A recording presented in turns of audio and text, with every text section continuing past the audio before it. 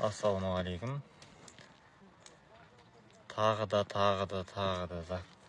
сұрақтар қойылып жатыр. Постоянно бір сұрақтар: қалай келеміз, қандай сайттар деген сияқты.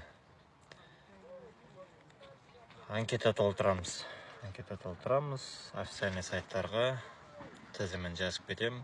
Болмаса профильда бар видеосы, толық видеосы бар. Анкета толтырамыз. Біріншіден официальный сайттар бар, где-то 10 шақты. Сол сайттарға толтырғаннан кейін жауабын күтеміз. Сол жауабының келуі бір аптадан 2 жылға дейін созылады. Әркімде әртүрлі. 10 күнде де келуі мүмкін, 2 жылға дейін күтуіңіз де мүмкін. Жауабы келгеннен кейін онлайн собеседование болады, одан офлайн.